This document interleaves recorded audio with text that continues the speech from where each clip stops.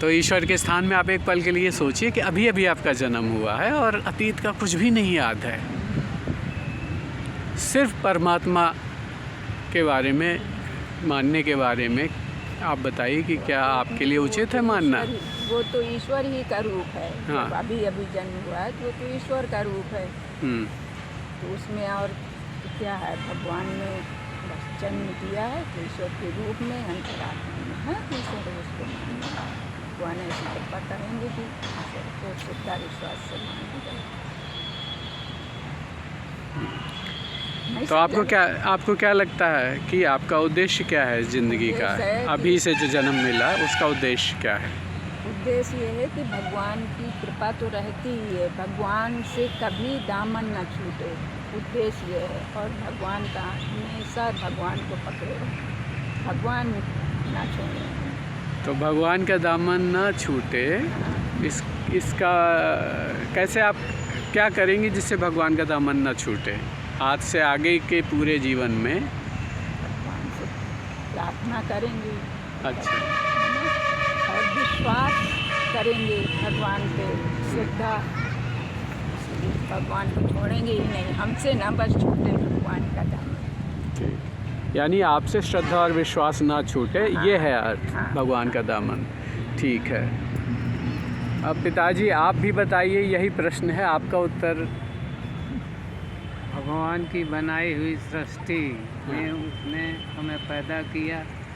ये हम सृष्टि में कितना कुछ है, भगवान ने हमें देखने के लिए भगवान ने जन्म दिया है, और उस सृष्टि में क्या क्या हो रहा है ये देखने के लिए भगवान ने जन्म दिया है। तो इसका मतलब ये हुआ कि सृष्टि में भगवान ने देखने के लिए जन्म दिया, तो हमें राजस्थान, कश्मीर और रामेश्वरम, जितने ऊटी एंड नैनीताल, ये सब जगह देखनी चाहिए, इसका अर्थ ये है? सब जगह देखना तो चाहिए, लेकिन सब जगह देखते हुए भगवान का दामन न छूटे। हाँ। ईश्वर के प्रति श्रद्धा बनी रहे। अच्छा। ये मुख्य उद्देश्य है जीवन का, क्योंकि संसार में पैदा किया है तो उसके ऊपर ये विश्वास बना रहे और समर्पण की भावना हमेशा बने रहे आखिरी दम तक। तो दामन न छूटे, इसका अर्थ क्या हुआ आपके हिसाब से? दामन न छूटे, उनका सतत स्मरण। अच्छा। हर पल उनका स्मरण और उनके ही बनाए हुए बताए हुए रास्ते पे चलना, इसी से उनका दामन नहीं छूटता और दामन मजबूती से हम पकड़े रहते हैं और वो हमें पकड़े रहते हैं। तो उनका बताया हुआ रास्ता क्या है? सत्कर्म करना। अच्छा। अपने किए हुए कार्यों से किसी को कष्ट न मिलना। अच्छा। जितना हो सके दूसरों के प्रति श्रद्धा भाव और उनकी खुशी के लिए करना। अच्छा। यही है। और प्रसन्न रहना।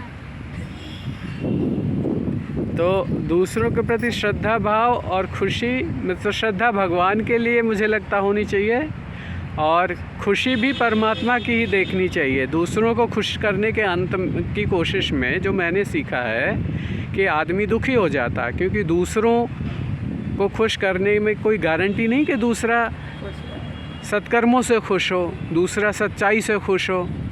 दूसरा तो घूस लेकर के खुश हो सकता है, दूसरा तो मतलब अपनी अपेक्षाएं जो हैं उनसे खुश हो सकता है। तो हमारा उद्देश्य तो दूसरे को खुश करना है ही नहीं। तो फिर आपके जवाब का वास्तविक अर्थ क्या है? हमारा उद्देश्य और हमारे जवाब का मतलब ये है कि हर व्यक्ति में, चाहे वो अच्छा हो चाहे बुरा हो, उसके अंदर परमात्मा है। अच्छा। और उसके हर खुशी के लिए अच्छा जो कर सकते हैं वो करें और उस अंतरात्मा में बैठे हुए परमात्मा को खुश रखें। ये हमारा जीवन का उद्देश्य है। ठीक है। तो मैं एक प्रश्न और कैसा है, हाँ, उसके कर्म कैसे हैं, इससे हमें कुछ लेना देना नहीं। तो मैं तो एक प्रश्न जाग रहा है कि कृष्ण जी ने अर्जुन को ये तो नहीं कहा कि तुम दुर्योधन की खुशी के लिए करो, और दुर्योधन में भी मैं ही हूँ। ये तो है कि सब में वो हैं, ये तो स्पष्ट किया, लेकिन ये नहीं कहा कि दुर्योधन की खुशी के लिए करो, और कहा कि युद्ध करो न्याय के लिए। तो सवाल ये उठता है कि किसकी खुशी के लिए जीना है। प्रश्न ये है, किसकी खुशी के लिए जीना है? दूसरों की खुशी के लिए, या अपनी खुशी के लिए, या परमात्मा की खुशी के लिए? परमात्मा की खुशी के लिए जीना है। हाँ। उसी और के लिए कार्य दूसरों की करना है। खुशी के लिए तभी जीना है जब उसके कार्य प्रेम पूर्वक हों और उसका आचरण ईश्वर के प्रति सही हो, तभी उसके लिए हमें समर्पण के पूर्वक उसके प्रति कार्य करना है। तो आपको हमें कैसे समझ में आएगा कि दूसरा इस स्तर का है जिसकी खुशी के लिए जीना उचित है? उसकी दिनचर्या, उसके कार्यकलाप, उसकी सब चीज़ें बताते हैं कि आदमी कैसा है। लेकिन लोग तो पाखंडी भी होते हैं, और ऐसे ऐसे लोगों के नाम बताना नहीं चाहता, लेकिन हैं, और जिनके लिए लोगों ने किया। तो ऐसी क्या सोच है जिससे दूसरों के पाखंड से अपने जीवन को बचा सके और अपना जीवन सही चल सके? अगर हो सके तो उसको मार्गदर्शन देना चाहिए पाखंडी को। अगर वो समझ पाता है तो समझे, न समझ पाता हो तो न समझे। अपना काम है कि उसका भी मार्गदर्शन करें कि ईश्वर के प्रति उसकी भी समर्पण की भावना हो जाए और ईश्वर में मिलकर ही हो जाए। लेकिन पाखंडी तो बहुत अहम से भरा होता है, मार्गदर्शन जो करता है उसी का वो उल्टा करने की कोशिश करता है। तो क्या उस राह में जाना चाहिए? ये उसका कार्य है, ये वो जो करेगा वो भरेगा। ईश्वर के प्रति अगर श्रद्धा नहीं है हाँ। तो उसके परिणाम भी उसको भुगतने पड़ेंगे। ठीक है, लेकिन क्या हमारा कर्तव्य है पाखंडी को मार्गदर्शन देना? हमारा कर्तव्य क्या है परमात्मा की दृष्टि से? हमारा कर्तव्य तो ये है कि हर व्यक्ति को जो गलत हो रहा है उसको सही मार्गदर्शन दें। हाँ। अगर हो सके, अगर वो चल सका हमारे मार्गदर्शन से सही मार्ग पर, हाँ। तो हमारी ईश्वर के प्रति सच्ची भावना होगी। हाँ। क्योंकि उनका कहना भी यही है कि खुद सही रहो और दूसरों को भी सही करो। तो जैसे मैं आपके पास बैठा हूँ और मुझे आसपास के कई जगहों पे कुछ गलत हो रहा होगा। अब जैसे कोई रेस्टोरेंट है, हो सकता है वहाँ पे कुछ मतलब कल की दाल आज दी जा रही हो बासी, एक उदाहरण लिया, हो सकता है बहुत सही चल रहा हो। तो क्या मुझे उठ के आपको छोड़ कर के चले जाना चाहिए और गलत को सही करने के लिए मार्गदर्शन देना चाहिए? इसके बारे में आपका क्या कहना है? इसके बारे में ये है कि जहाँ गलत हो रहा है उसको तो मार्गदर्शन देना चाहिए। उसको अगर नहीं टोका गया तो दिन पर दिन वो भटकता चला जाएगा और उसकी राह गलत हो जाएगी। अगर अपने से हो सके तो उसका भी मार्गदर्शन देना चाहिए। अगर वो चल सका तो चल सका, नहीं ये मान लेना चाहिए कि ईश्वर की मर्जी ऐसी है उसके लिए। इसका मतलब ये हुआ कि भीष्म की तरह खामोश नहीं बैठना चाहिए। अगर अपने कर्तव्यों के दायरे में आता है तो बोलना ज़रूर चाहिए। अपने कर्तव्यों के दायरे में आता है, लेकिन हर जगह का ठेका नहीं ले रखा है, ये मतलब है ना आपका? क्योंकि किसी को कन्फ्यूजन नहीं होना चाहिए, क्योंकि दूसरों के मामले में टांग अड़ाने वाला कभी कभी मुश्किल में पड़ जाता है ना?